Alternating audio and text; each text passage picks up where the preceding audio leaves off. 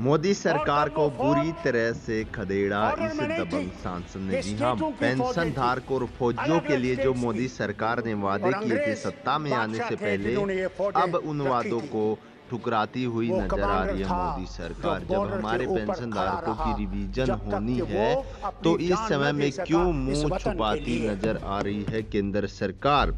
आखिरकार क्यों वादे करके फिर उन्हें जुठलाने का काम करती है मोदी सरकार? जी हां, हमारे फौजियों के लिए दबंग नेता ने आवाज उठाई, उनकी पेंशन के लिए, उनकी पेंशन रिवीजन के लिए, जो उन्हें 3 साल का एरियर मिलेगा उसके लिए। तो वीडियो को आप लास्ट तक जरूर देखना। और एक बड़ा हंगामा सदन में खड़ा कर दिया इस दबंग नेता ने मोदी सरकार के खिलाफ। जिस प्रकार से फौजियों के नाम पर वोट बटोरे गए, लेकिन मोदी सरकार अब उन्हीं फौजियों की पेंशन बढ़ाने में कतरा रही है।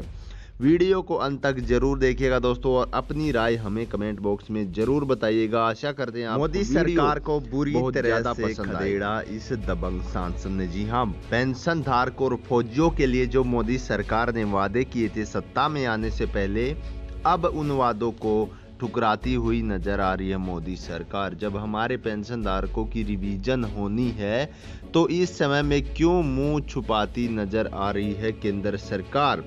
आखिरकार क्यों वादे करके फिर उन्हें जुठलाने का काम करती है मोदी सरकार? जी हां, हमारे फौजियों के लिए दबंग नेता ने आवाज उठाई, उनकी पेंशन के लिए, उनकी पेंशन रिवीजन के लिए, जो उन्हें 3 साल का एरियर मिलेगा उसके लिए। तो वीडियो को आप लास्ट तक जरूर देखना। और एक बड़ा हंगामा सदन में खड़ा कर दिया इस दबंग नेता ने मोदी सरकार के खिलाफ। जिस प्रकार से फौजियों के नाम पर वोट बटोरे गए, लेकिन मोदी सरकार अब उन्हीं फौजियों की पेंशन बढ़ाने में कतरा रही है। वीडियो को अंत तक जरूर देखिएगा दोस्तों, और अपनी राय हमें कमेंट बॉक्स में जरूर बताइएगा। आशा करते हैं आपको वीडियो बहुत ज्यादा पसंद आएगी। मैं आज भी जानता हूं, नौशहरा में जब लड़ाई हुई पाकिस्तान और हिंदुस्तान की 47 में, तो वहां ब्रिगेडियर जो था वो मुसलमान था, ब्रिगेडियर उस्मान। और तब वो फौज ऑर्डर में नहीं थी, ये स्टेटों की फौजें थी, अलग अलग स्टेट्स की, और अंग्रेज बादशाह थे जिन्होंने ये फौजें रखी थी। वो कमांडर था जो बॉर्डर के ऊपर खड़ा रहा जब तक कि वो अपनी जान न दे सका इस वतन के लिए।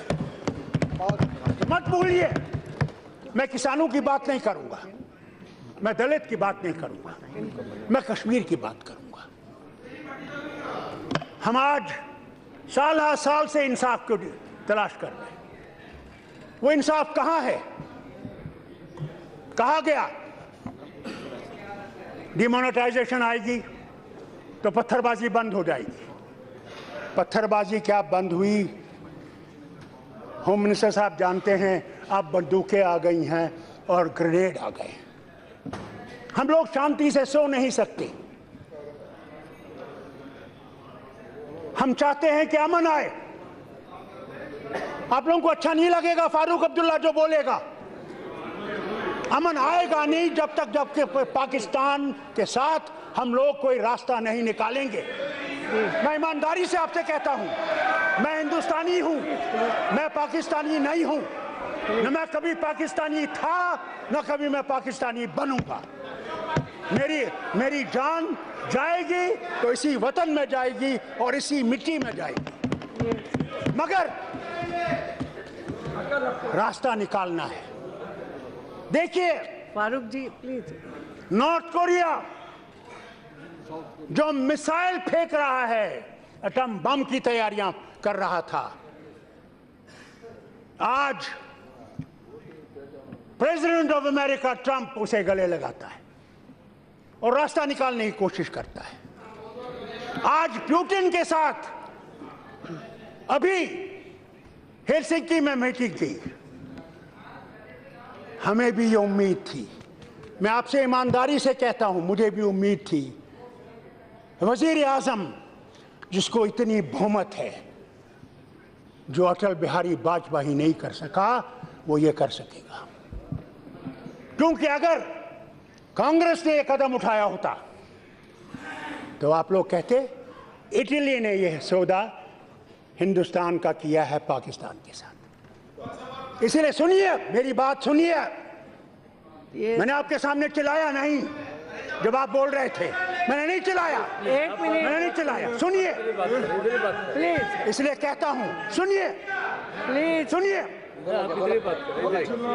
स्पीकर जी, यस ये उम्मीद थी, फारूक अब्दुल्ला जी, आज भी ये उम्मीद है यस कि रास्ता निकलेगा।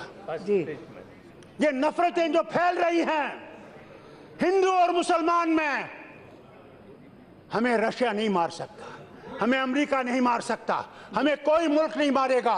हम अपने मुल्क को खुद मारेंगे जब हम हिंदू और मुसलमान एक दूसरे को गले नहीं लगाएंगे। जी, हमारे प्रधानमंत्री, मैं नहीं समझता हूं वो सिर्फ आपके प्रधानमंत्री हैं, वो हिंदुस्तान के प्रधानमंत्री हैं जब तक वो उस कुर्सी पे बैठे हैं। फारूक साहब, फारूक इसे साहब, सुनिए, वही फारूक लाल किले साहब, पे कहते हैं, एक मिनट मेरी लाल बात। किले पे कहते हैं फारूक कि साहब, हमने कश्मीर के दिलों को जीतना है। यस मैं आज उनसे ये अपील करता हूं और इस हाउस में अपील करता हूं आप सबसे, जी, नफरतों को छोड़ दीजिए।